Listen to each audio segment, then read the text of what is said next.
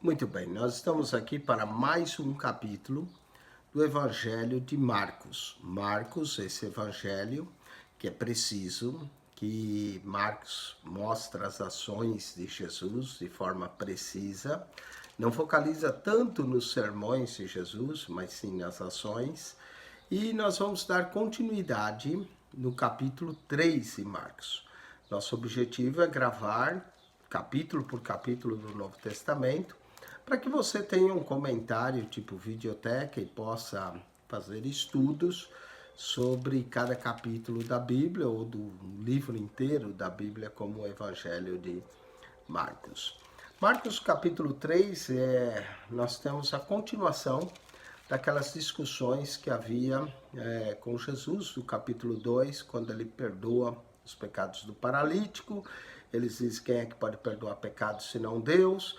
Depois discutem com Jesus acerca de ele comer com pecadores. Depois falam acerca do jejum. E por último, acerca do sábado. Então vai dar continuidade nesse assunto do sábado, em Marcos capítulo 3. E nós vamos ver que aqui não só dá continuidade ao assunto do sábado, Jesus vai realizar uma cura no sábado, o que vai gerar neles uma ira tão intensa que eles vão querer e já planejar daqui em diante matar a Jesus. Logo no início do Evangelho de Marcos, nós estamos apenas no capítulo 3, eles já querem planejar a matar a Jesus, os fariseus. Então, Marcos 3 começa assim: e outra vez entrou na sinagoga.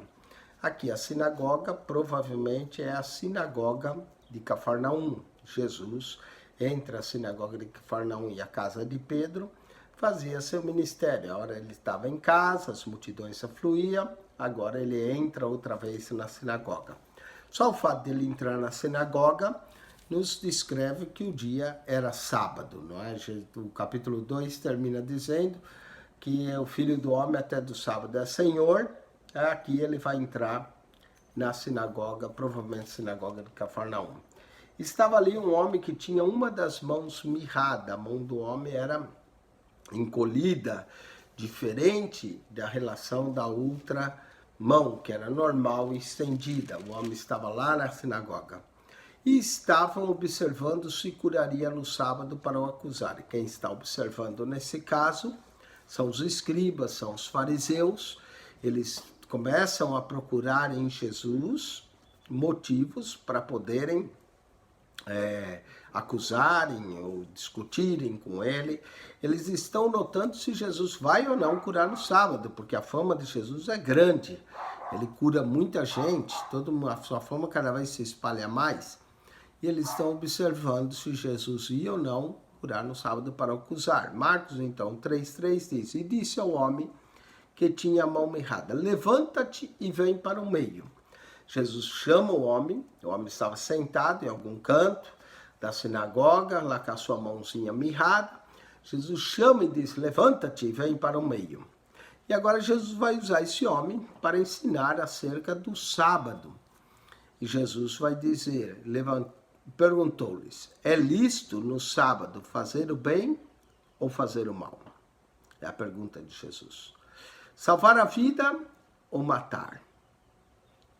E eles calaram-se. Como eu disse, depois da destruição do templo, no ano 200, os rabinos se reuniram e começaram a compilar uma obra que era a tradição oral dos judeus. Os hebreus criam que quando Deus apareceu a Moisés no monte, ele deu duas leis. Uma, a escrita, e outra, a oral. A oral ela era passada de pais para filhos, gerações por gerações, e ela vai aparecer nos evangelhos como a tradição dos anciões, que Marcos 7 também vai mencionar essa tradição dos anciões. Jesus, pelo debate que ele tem com eles, nós percebemos que Jesus aceitava a lei, cumpriu a lei, mas quanto à tradição dos anciões, Jesus questionava. Então, lá pelo ano 200 da nossa era, já depois da destruição do templo, já depois de Cristo, os judeus começam a se reunir, os rabinos, e começam a colocar e compilar uma obra da qual é conhecida como Talmud. O Talmud nada mais é do que a interpretação, a tradição oral da lei de Moisés. E o Talmud original tem 37 volumes, mas depois foi compilado e comprensado em 22 volumes. O volume número 2 trata do sábado, é chamado Sábata. E ele é mais ou menos 10 espessura, maior do que muitas bíblias que nós temos. E ele menciona 39 coisas que é proibido fazer no sábado. Inclusive, uma delas é curar no sábado. O Talmud foi escrito depois de Cristo, mas reflete o pensamento da época e que nós estamos encontrando aqui. A segunda pergunta de Jesus, salvar a vida ou matar, no Talmud é permitido salvar a vida no sábado. O que não é permitido é fazer curas no sábado. Se a pessoa pode esperar mais um dia ou dois para ser curada, ela deve esperar, e para eles é considerado quebra de sábado o fazer cura no sábado. Então, você vai entender a oposição aqui que eles vão ter a Jesus. Salvar a vida é possível, se a pessoa está morrendo, pode salvar, mas a cura, se pode esperar 2 ou 3 dias, que se espere. Jesus, no caso, vai mostrar, ao fazer a cura desse homem, que um homem é mais importante que o sábado, voltando no tema do capítulo 2, que foi o sábado criado para o homem e não o homem para o sábado. E Jesus vai mostrar isso. E perguntou, é lícito no sábado fazer o bem ou fazer o mal? Nota que Jesus está na sinagoga, lugar de ensino. O que Jesus está querendo fazer é ensinar acerca do sábado, a forma de guardar o sábado. Só que eles não vão receber. Salvar a vida ou matar? E eles calaram-se. E olhando para eles, em redor com indignação. Verso 5. Condoendo-se da dureza do coração. Presta atenção. Vou parar aqui no meio do verso. E olhando para eles em redor. Nota que Jesus fez a pergunta, eles calaram. Jesus ficou olhando em redor. E diz aqui no verso 5 que Jesus ficou indignado. Mas no original grego diz que ele ficou irado. Jesus ficou irado com a dureza do coração deles. A dureza do coração provoca ira em Jesus. Sabe, a outra parte que fala da dureza do coração está lá em Mateus 19, quando vieram perguntar acerca do divórcio, e eles disseram, por que Moisés mandou então dar carta de divórcio? E Jesus corrige eles, Moisés não mandou, Moisés permitiu dar-lhes carta de divórcio, por causa da dureza. Para eles o divórcio era mandamento, para Jesus era uma permissão. Moisés permitiu dar-lhes carta de divórcio por causa da dureza do vosso coração.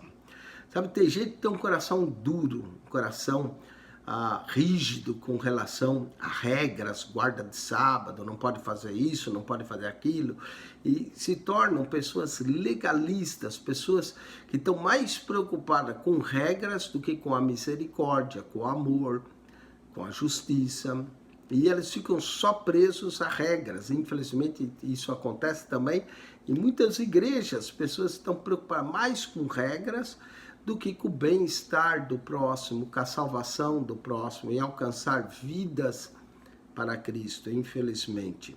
Isso existe também. Isso causa indignação em Jesus. E olhando para eles em redor com indignação, condoeu-se da dureza do seu coração. E disse ao homem, Jesus vai fazer a cura para mostrar que um homem é mais importante que a guarda do sábado. Estende a mão. E ele estendeu. E foi-lhe restituída a mão sã como a outra. Então uma mão era ressequida, a outra normal. Jesus falou, estende a mão. E aí o homem, quando estendeu, a mão ficou igualzinha à outra. Olha, em vez de eles glorificar a Deus por esse grande milagre, se alegrar porque um homem que tinha uma mão puxada, mirrada, é curado. Olha o verso 6, e tendo saído os fariseus, tomaram logo conselho com os herodianos. 2 grupos diferentes, fariseus e herodianos, Há duas coisas acerca dos herodianos. Um diz que os herodianos eram seguidores de Herodes, não é? Herodianos. Tem a ver, herodianos. Outros dizem que os herodianos eram judeus gregos e por isso eram chamados de herodianos. E esses judeus gregos, às vezes, tinham uma visão diferente dos judeus palestinos, e havia até conflito entre esses dois grupos. Mas é interessante que aqui os fariseus herodianos se unem contra Jesus. Se unem para procurar ver como vão matar a Jesus. Eles agora ficaram com tanto ódio de Jesus que eles o querem o matar. E retirou-se Jesus com os seus discípulos para o mar e seguiu uma grande multidão da Galileia e da Judeia. A fama de Jesus está aumentando, as curas que ele realiza são tão grandes que já está vindo não só gente da Galileia, mas da Judeia. E ainda vai vir de outras regiões da época, não é? Diz aqui, e de Jerusalém, e da Idumeia, e da além do Jordão, e de perto de Tiro e de Sidão, uma grande multidão que, ouvindo quão grandes coisas faziam, vinha ter com ele. Aqui a fama de Jesus cresce demasiadamente. Então, não só na Galileia, começou na Judeia, Jerusalém, Idumeia, da além do Jordão. As regiões da além do Jordão era a região da Pérea e Decápolis. Decápolis quer dizer 10 cidades.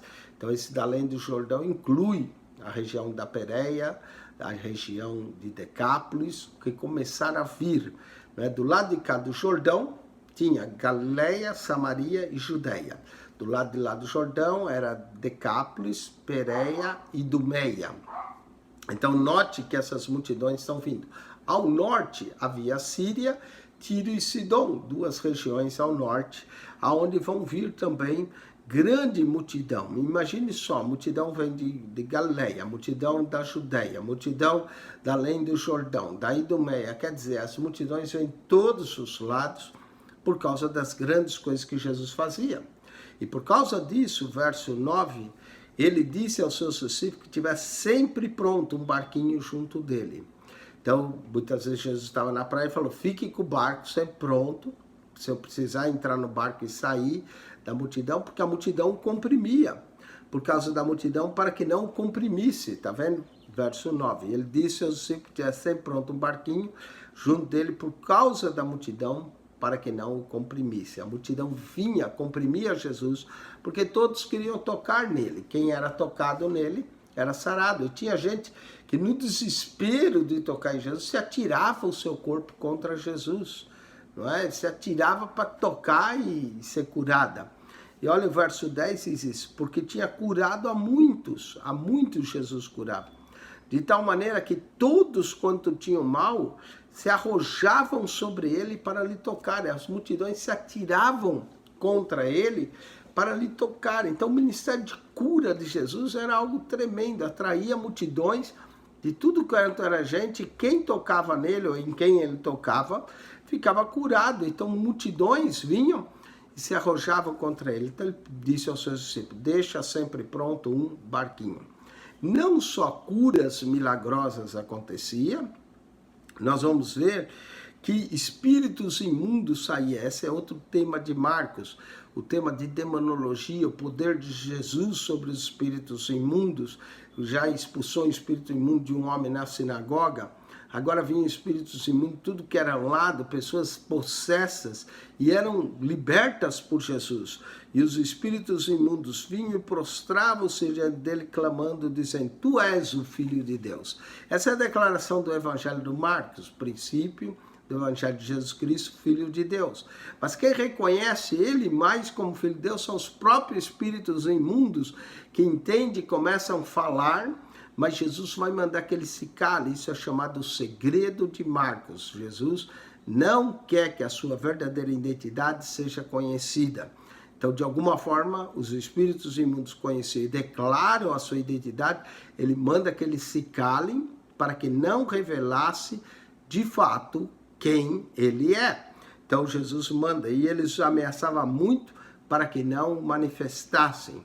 Jesus tinha autoridade e ordenava esses espíritos para que eles se calassem e não revelassem a verdadeira identidade dele, do Filho de Deus. Muito bem, então algo aqui nós vemos em Marcos 3. Primeiro, a cura desse homem num sábado, o que vai gerar, logo no início do Evangelho de Marcos, uma trama dos fariseus e os herodianos contra a vida de Jesus. Agora nós vamos ter a eleição dos 12. Jesus não tinha apenas 12 discípulos. Lucas nos escreve uma ocasião que ele tinha 70 discípulos. Mas esses 12 vão ter uma função especial. Por que 12? Por causa das 12 tribos de Israel. Então o que Jesus está formando é um novo Israel. Um novo Israel, convocando 12 discípulos que vão ter um cargo especial. Dentre os 12 tem 3 que ainda são mais próximos de Jesus. Toda vez que a lista dos 12 aparece nos evangelhos, o nome de Pedro sempre aparece primeiro e o nome de Judas sempre por último. Parece que Pedro tinha uma primazia sobre os demais. Então, muita gente quis até fazer de Pedro o primeiro papa.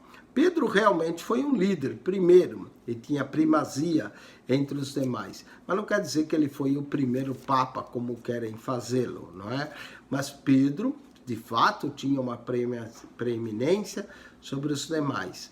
E nós vamos ver essa lista. A lista, acreditamos que está também na ordem de importância.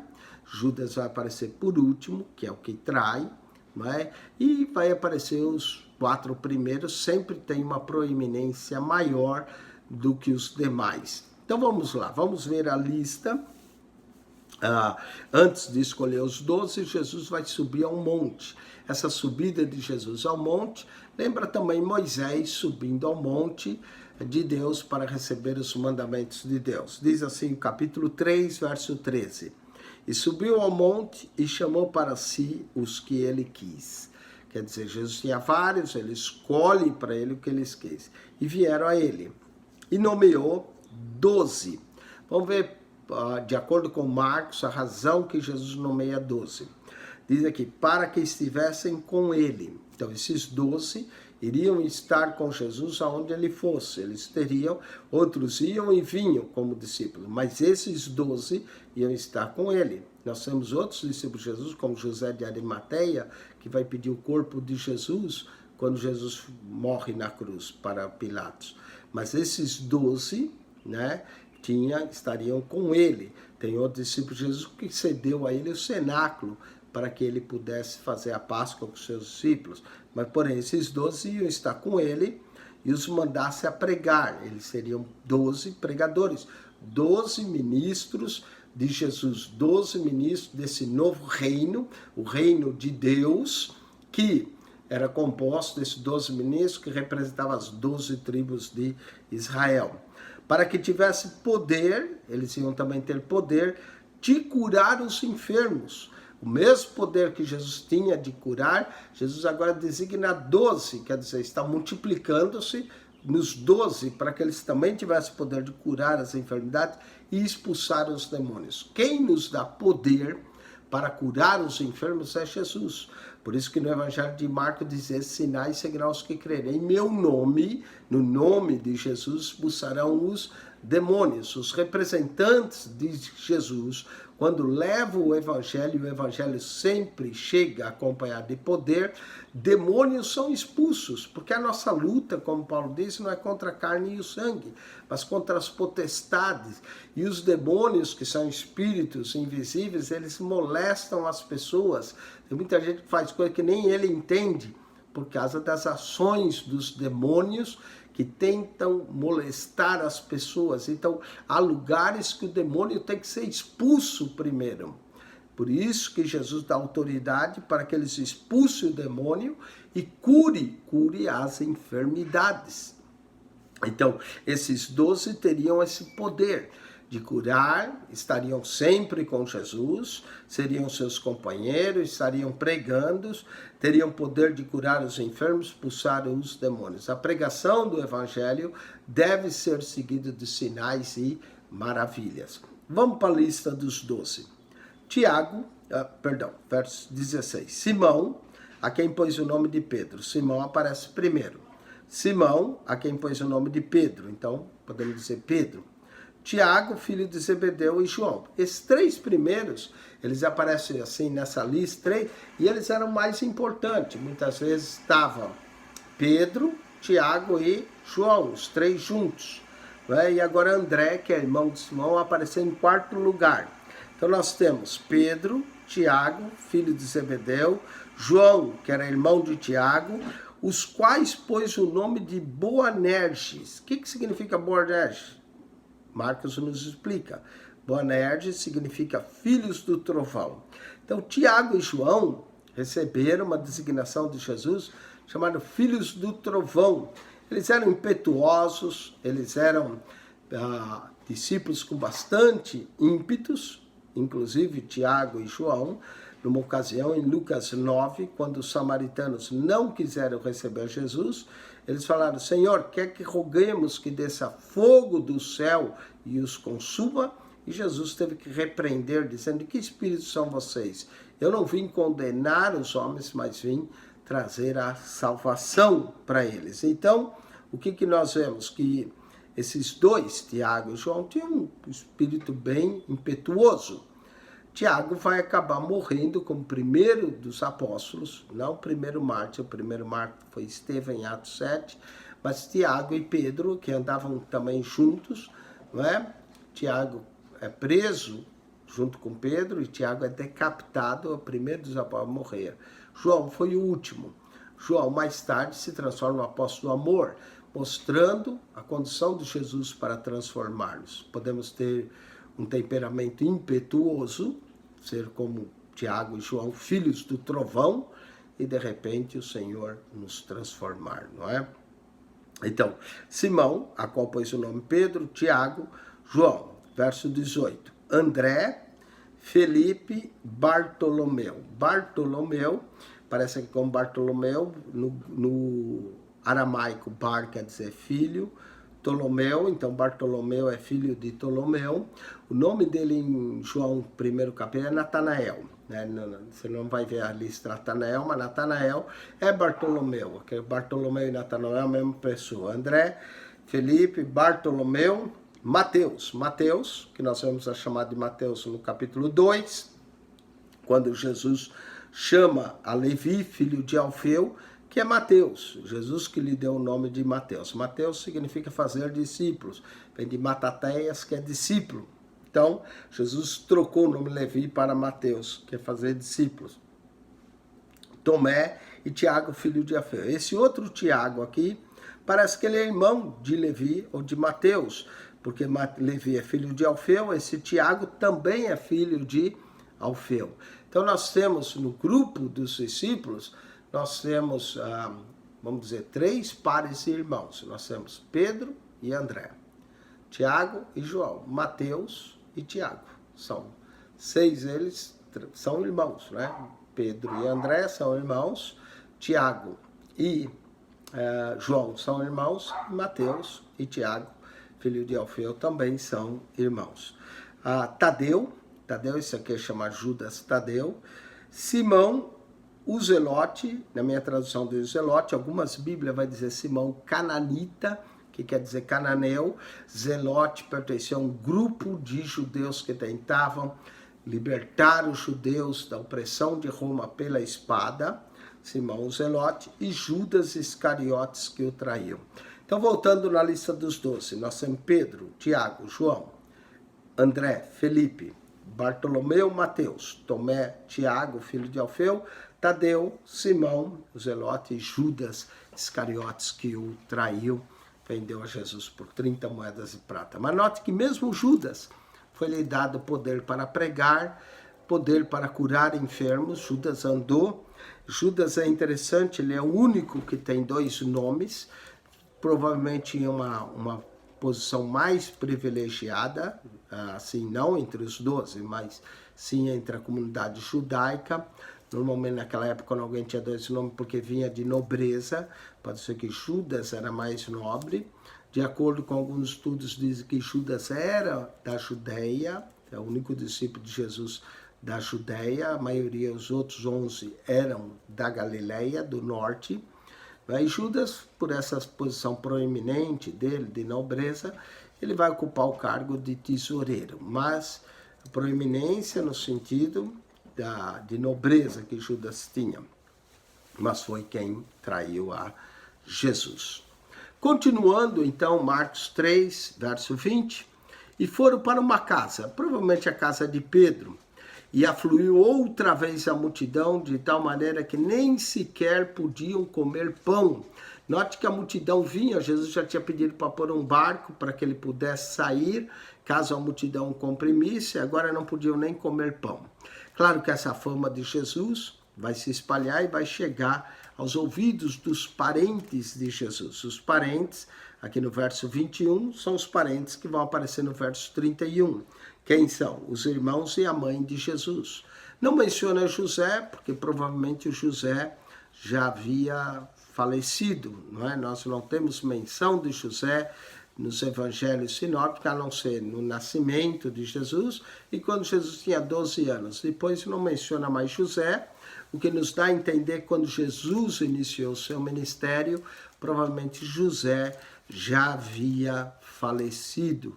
Inclusive, Jesus vai aparecer no capítulo 6, verso 3, como carpinteiro. Então, Jesus aprendeu a profissão do pai, de carpinteiro, até iniciar o seu ministério. Agora, Jesus inicia o seu ministério, provavelmente largou a carpintaria, e a mãe de Jesus, e aqui vai incluir Maria, não é? A mãe de Jesus, apesar de Marcos não falar Maria, Marcos trata ela como mãe de Jesus, ela, juntamente com os irmãos, talvez persuadida pelos irmãos, porque ninguém melhor do que Maria sabia, de fato, quem era Jesus. Ela teve a visita do anjo, mas ela, persuadida pelos irmãos de Jesus, vai para prender a Jesus, né? Olha só, verso 21. E quando os seus parentes ouviram isso, saíram para o prender, porque dizia está fora de si. Imagine só, Jesus foi considerado louco pelas coisas que ele fazia pela sua própria família. Então nós vamos que a oposição de Jesus começa com os escribas e fariseus, no capítulo 3, verso 6, já querem matar a Jesus, e agora a própria família de Jesus se levanta contra ele. E a oposição vai crescer até o ponto que os fariseus, os escribas, vão acusar ele de endemoniado. Então Jesus é chamado de endemoniado, Jesus é chamado de louco, a família dele pensou que ele estava louco, saiu para o prender. Verso 22 diz assim, e os escribas que tinham descido de Jerusalém diziam, tem Beelzebul, e pelo príncipe dos demônios expulsa os demônios. Imagine só, a família de Jesus saiu para o prender, porque dizia que Jesus estava fora de si, estava louco, não é? Verso 22 diz que os escribas diziam que Jesus tinha Beelzebul, que ele expulsava demônios pelo príncipe dos demônios. Tem muita gente que diz, pastor, me ofenderam. Te ofenderam? Pois é, chamaram de Jesus de Beelzebul. Chamaram de Jesus, a família dele pensou que ele estava louco. Então, o que nós passamos não é nada pelo que Jesus passou, não é? Tem Beelzebul e pelo príncipe demônio expulsa os demônios. Eles chamavam Jesus que ele tinha o Beelzebul, que ele era o dono maioral dos demônios. Essa palavra Bel, né, vem da Babilônia, era um deus na Babilônia, Beelzebul, nesse caso aqui é o príncipe dos demônios, expulsa demônios, que é a mesma pessoa no hebraico Satanás. Beelzebul é um nome, vamos dizer, babilônico, né? Ou então aramaico, para Satanás, que é o hebraico, que é o grande acusador. E chamando a si disse-lhes por parábolas, como pode, agora é Jesus que está falando, como pode Satanás expulsar Satanás? Jesus falou, peraí, como é que eu vou expulsar os demônios por Beelzebul? Então Satanás está expulsando a Satanás, como é que isso pode? Aí Jesus vai mostrar que o reino das trevas tem que estar unido. Até o reino das trevas é unido para fazer o mal. Então, olha só que Jesus vai falar e vai nos ensinar uma lição sobre união e divisão, né? Se um reino se dividir contra si mesmo, tal reino não pode subsistir. Como é que um reino briga entre si mesmo? Então, como é que o reino das trevas vai estar brigando? Na verdade, aqui é uma luta em dois reinos, o reino dos céus e o reino das trevas. O reino de Deus, que é proclamado por Jesus, e o reino de Satanás, e Jesus está expulsando. E falando novamente de demonologia, Marcos é forte nesse termo de demonologia. E se uma casa se dividir contra si mesmo, tal casa não pode subsistir. Não é o que acontece em muitos lares, até acontece divórcio, que é a separação do casal, porque a casa fica dividida, marido contra esposa, esposo contra filhos, pais contra filhos, e uma casa dividida não pode subsistir. Talvez é por essa razão que Satanás tenta introduzir tanta divisão nos lares, tantos problemas, para que a casa fique dividida. Jesus falou isso em Marcos 3,25. Se uma casa se dividir contra si mesmo, tal casa não pode subsistir. No verso 26, se Satanás se levantar contra si mesmo e for dividido, não pode subsistir, antes tem fim o seu reino. Então, note que até o reino das trevas tem que estar unido, Satanás não pode estar contra ele mesmo. Verso 27 e 28, Jesus vai revelar o propósito que ele veio. Jesus, no verso 27, diz: ninguém pode roubar os bens do valente, nesse caso o valente é o diabo, Satanás, sem não entrando em sua casa, é uma parábola. Se primeiro não manietar o valente, então roubará a sua casa. Então Jesus entra para manietar, para prender esse valente chamado diabo, para depois libertar as pessoas.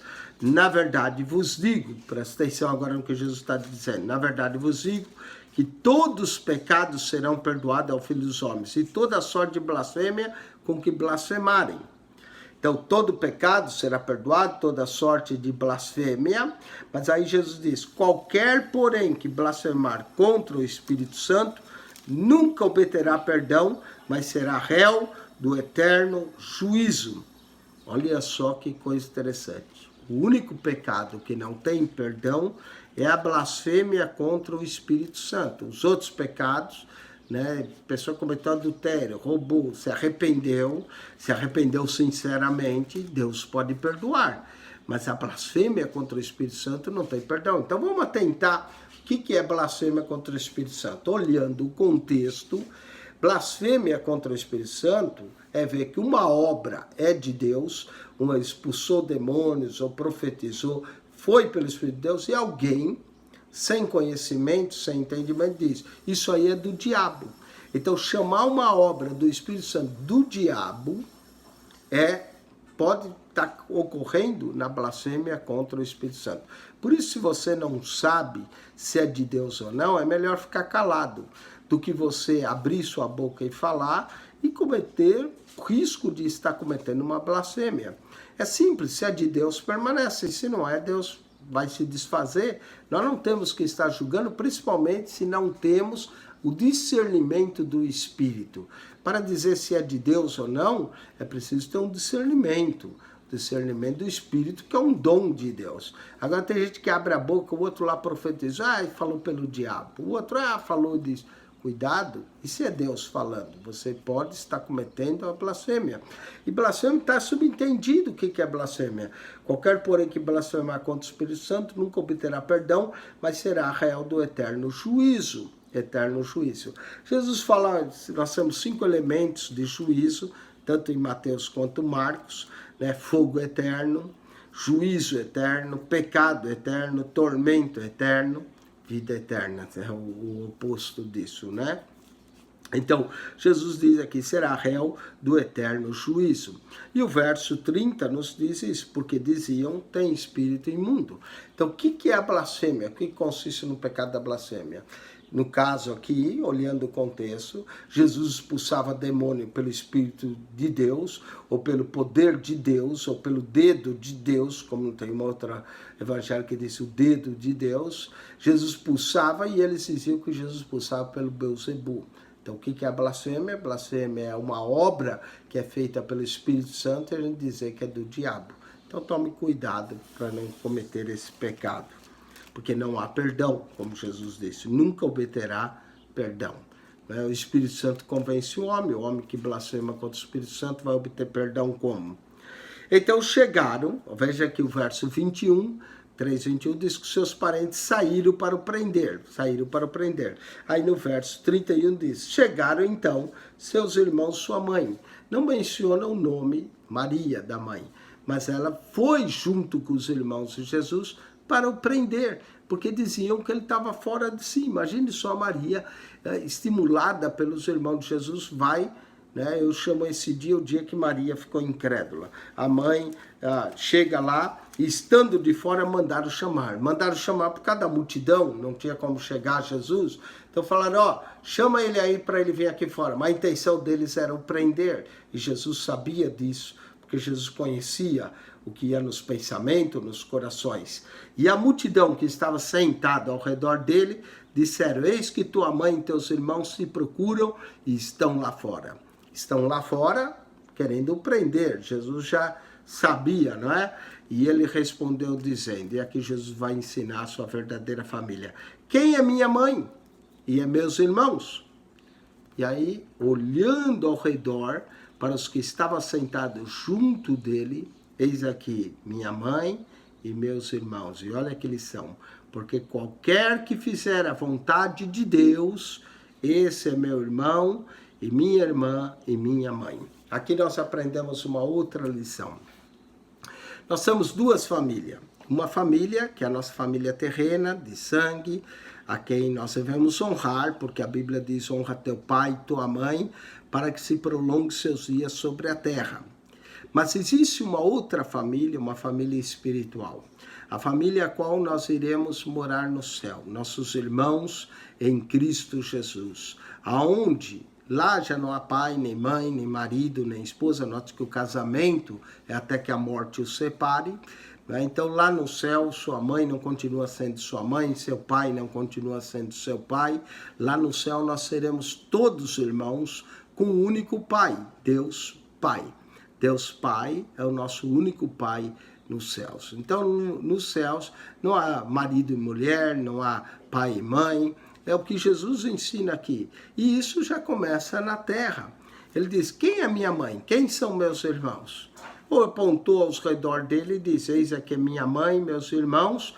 Portanto, qualquer que fizer a vontade de Deus, esse é meu irmão, e minha irmã e minha mãe. Então, todos nós podemos ser irmãos, irmãs e até mãe de Jesus, se você e eu faz a vontade de Deus. A vontade de Deus deve ser algo supremo na nossa vida e nós devemos primar por fazer a vontade de Deus e assim o fazendo, seremos a verdadeira família de Jesus. Que Deus te abençoe. Com isso nós concluímos o capítulo 3. Nós vamos voltar para o estudo do capítulo 4. Aonde aqui nós vamos mencionar as parábolas de Jesus. 4 parábolas no capítulo 4. Mateus enfatiza em parábolas e Lucas também. Mas Marcos só apresenta 4 parábolas de Jesus. Quer dizer, Marcos não enfatiza tanto nos ensinos de Jesus, que nós vamos ver agora no capítulo 4 de Marcos.